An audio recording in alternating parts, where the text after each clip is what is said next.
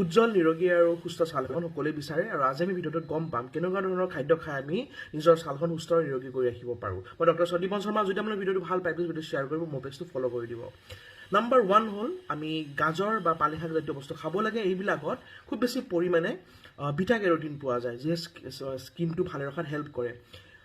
বিলাহীত lycopene থাকে। এইটো এটা খুব পাৱাৰফুল এণ্টিঅক্সিডেণ্ট হয়, যিয়ে আমাক সূৰ্যৰ যিবিলাক হাৰ্মফুল ৰশ্মি আছে, যাক আমি আল্ট্ৰাভায়োলেট ৰেজ বুলি কওঁ, তাৰ পৰা আমাক প্ৰটেকশ্যন দিয়ে।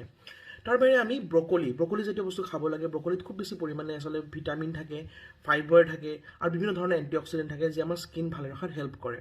তাৰপিছত আছে আমাৰ যে ভিটামিন ই যুক্ত খাদ্য। ভিটামিন ই যুক্ত যেনে আমাৰ বেচিকেলি বাদাম জাতীয় বস্তুবিলাক, যেনে আলমণ্ড হওক, আপোনাৰ অখৰোট হওক, ৱালনাট হওক, বা গুটিজাতীয় বস্তুবোৰ যেনে ছানফ্লাৱাৰ চিডছ, আপোনাৰ বেলি ফুলৰ গুটি বা আপোনাৰ ৰঙালাওৰ গুটি, এইবিলাক আমি খাবলৈ, তাত ভিটামিন ই প্ৰচুৰ পৰিমাণে থাকে।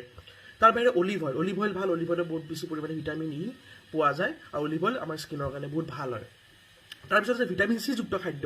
মই কৈছোঁ যে ভিটামিন চিও খুব দৰকাৰ হয় এখন মানে উজ্জ্বল স্কিনৰ কাৰণে, ভাল স্কিন এখনৰ কাৰণে।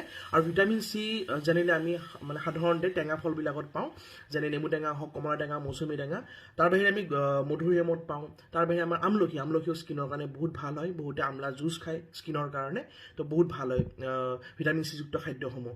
তাৰ বাহিৰে জ্বলা, কেপচিকাম, এইবিলাকতো খুব বেছি পৰিমাণে ভিটামিন চি থাকে, যি আচলতে আমাৰ স্কিনৰ কাৰণে ভাল হয়। তাৰ বাহিৰে আছে যে মাছ খোৱাটো আচলতে স্কিনৰ কাৰণে বহুত ভাল হয় কম্পেয়াৰ্ড টু আপুনি মাংস। মাছত যিটো চৰ্বি থাকে, যাক আমি ফিছ অইল বুলি কওঁ, স্পেচিয়েলি সাগৰীয় মাছ যিবিলাক আছে, আৰু আমাৰ ইয়াত সাগৰীয় মাছ নাপায় কাৰণে আমি কড লিভাৰ অইল বা ফিছ অইল আমি ডক্টৰৰ পৰামৰ্শ লৈ আমি খাব পাৰোঁ।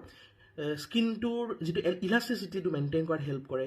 স্কিনৰ ইনফ্লেমেশ্যন যদি হয়, ইনফেকশ্যন, এইবিলাক প্ৰিভেণ্ট কৰে। চ' আমি মাছ খাব লাগে, আৰু পাৰিলে মাছৰ সেই তেল যিটো ফিছ অইল বুলি কয়, কড লিভাৰ অইল, আমি স্কিনৰ কাৰণে আমি ব্যৱহাৰ কৰিব পাৰোঁ, স্কিনটো ভালে থাকে। তো এইকেইটা মেইন বস্তু। তাৰ পিছত চবতকৈ ইম্পৰ্টেণ্ট কথাটো মই ক'ব পাহৰি গৈছোঁ, এইটো হ'ল পানী যিমান খাব, যিমান হাইড্ৰেটেড কৰি ৰাখিব বডিটো, স্কিন সিমান ভালে থাকে, স্কিনৰ মইশ্চাৰটো সিমানে মেইনটেইন হয়। চ' পানী আমি খুব বেছি খোৱাৰ আচলতে অভ্যাস কৰিব লাগে। ন' ডাউট যে কিডনীৰ কাৰণে ভাল, কিডনী ষ্ট'নৰ কাৰণে ভাল, আমাৰ পাচন তন্ত্ৰৰ কাৰণে ভাল, কিন্তু স্কিনৰ কাৰণেও ভাল, বহুতে গম নাপায়। আমি প্ৰচুৰ পৰিমাণে আচলতে পানী খাব লাগে। তো এইকেইটা বস্তু হ'ল আমাৰ স্কিনৰ কাৰণে কেইটামান খুব খাব লগা বস্তু। এতিয়া কথা বস্তুৰ নাম কম কেইটামান, যিকেইটা আচলতে আমি এভইড কৰিব লাগে। যেনে খুব বেছি চেনিজাতীয় বস্তুবিলাক যিয়ে খাই থাকে, খুব চাহত চেনি খায় বা মিঠা বস্তু খায়, চকলেটছ খায়, বা আপোনাৰ পেষ্ট্ৰি, বেকাৰী বস্তু, এইবিলাক বহুত, বা আপোনাৰ ক'ল্ড ড্ৰিংকছবিলাক খায়। তো চেনি ৰিচাৰ্চত দেখাইছে চেনিয়ে এইজিং প্ৰচেছটো খুব ফাষ্ট কৰি দিয়ে, আৰু স্কিনখন কম বয়সতে বয়সীয়াল স্কিন যেন লগা হয়। তো চেনিৰ মানে ল' চুগাৰ ইনটেক কৰাটো খুব দৰকাৰ। চেনিৰ পৰিমাণটো কমাই দিব লাগে। লাইকৱাইজ নিমখৰ পৰিমাণটো কমাই দিব লাগে। চেনি আৰু নিমখ স্কিনৰ কাৰণে বহুত বেয়া হয়। তাৰ বাহিৰে আছে খুব বেছি এনিমেল মিট। মই আগতে কৈছোঁ মাছ খোৱাটো ভাল, কিন্তু মাংস খোৱাটো খুব বেছি ভাল নহয়। এনেও বেলেগ বেমাৰৰ কাৰণে ভাল নহয়। আপুনি মাটন বা আপোনাৰ জন্তুৰ মাংসবিলাক আপোনাৰ ইউৰিক এচিডৰ কাৰণে বেয়া, কলেষ্ট্ৰলৰ কাৰণে বা প্ৰেছাৰ থকা মানুহৰ কাৰণে বেয়া, ফেটি লিভাৰৰ কাৰণে বেয়া, লাইকৱাইজ আপোনাৰ স্কিনৰ কাৰণেও বেয়া। তো খুব বেছি মানে স্পাইচি আৰু ৰেষ্টুৰেণ্ট বস্তু, খুব বেছি অইলি বস্তু, এইবিলাক বেছিকৈ খাব নালাগে।